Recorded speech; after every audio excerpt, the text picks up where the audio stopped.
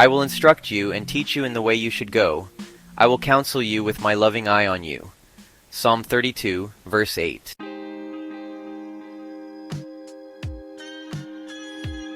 Welcome back to New Creation, God's blueprint for fresh starts.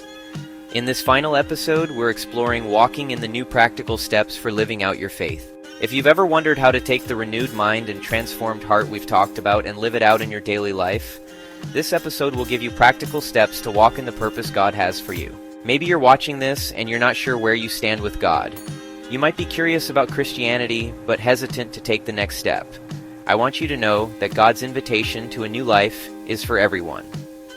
Ezekiel 36 verse 26 says, I will give you a new heart and put a new spirit in you. I will remove from you your heart of stone and give you a heart of flesh. No matter what your past looks like, God offers forgiveness, transformation, and a fresh start through Jesus.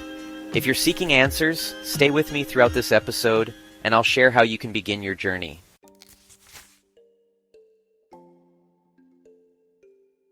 Before we dive in, let me ask you, what does living out your faith mean to you? Have you experienced a moment where your faith impacted your actions in a powerful way?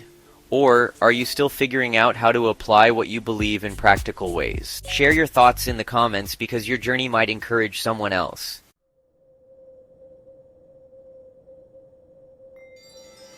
Living out your faith isn't about behavior modification.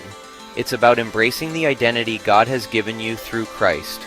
2 Corinthians chapter 5, verse 17 says, Therefore, if anyone is in Christ, the new creation has come. The old has gone, the new is here. This means that through Jesus, your past no longer defines you. You've been given a new identity and a new purpose. Living out your faith is a daily choice, a series of steps that shape your character and impact those around you.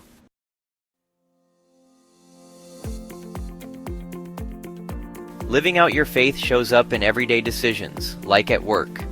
Colossians chapter 3, verse 23 says, Whatever you do, work at it with all your heart, as working for the Lord, not for human masters.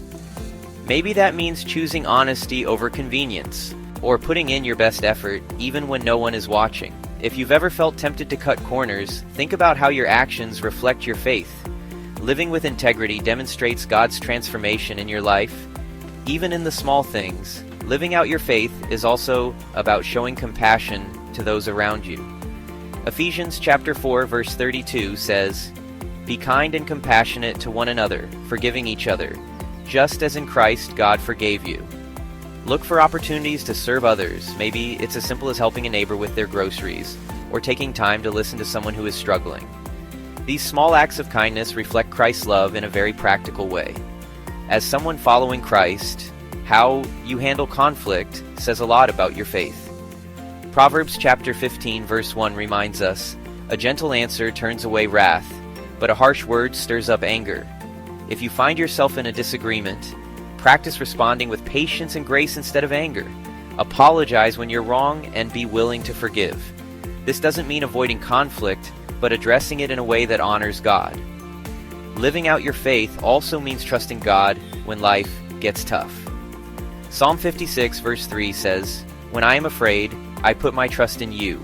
When challenges come, whether it's a health issue, job uncertainty, or a difficult relationship, lean into God. Pray, seek His guidance, and trust that He is working for your good, even when the situation looks bleak. Faith isn't just for the good times. It's meant to sustain you through every season of life.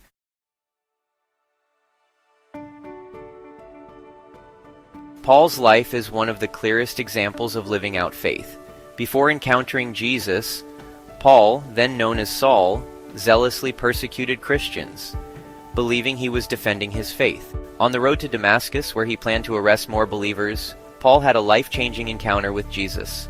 Acts chapter 9, verses 3-4 says, As he neared Damascus on his journey, suddenly a light from heaven flashed around him. He fell to the ground and heard a voice say to him, Saul, Saul, why do you persecute me?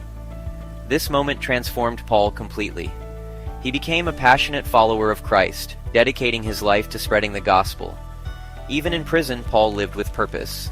His letters, or epistles, were written to encourage and guide the early churches in regions like Corinth, Ephesus, and Philippi, addressing their struggles and reminding them to stay faithful. Paul's story reminds us that no matter where we've been, God can use us to live out our faith and encourage others in their walk with Christ.